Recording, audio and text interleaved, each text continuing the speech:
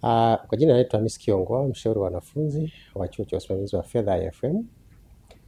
Tuko hapa kwa lengo la kuwakaribisha serikali mpya ya wanafunzi na kuwaaga serikali iliyomaliza muda wao.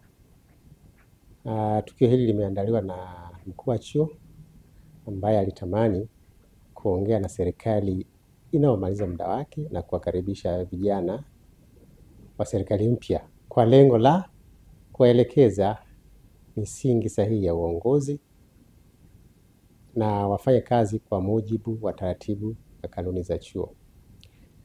Mimi kama mshauri wa wanafunzi nipende tu kuwapongeza serikali inayomaliza muda wake ama iliyomaliza muda wake. Walifanya kazi nzuri kama kiungo kati ya jumuiya ya wanafunzi na jumuiya ya wafanyakazi wa chuo kwa ujumla wake, hasa management.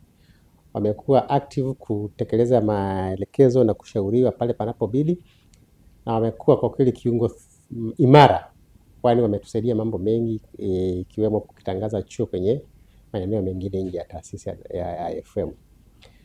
Pia niwapongeze serikali mpya, kwani wameingia madarakani kwa kushindana na wenzao. Tunawapongeza, tunawakaribisha kwenye uongozi. Sisi kama ofisi ya mshauri wa wanafunzi tuko tayari kuwashauri, kuwaongoza pale inapobidi, na ili wafanye kazi vizuri inavyotakiwa kwa kufuata taratibu na kanuni za chuo. Asante sana, nashukuru.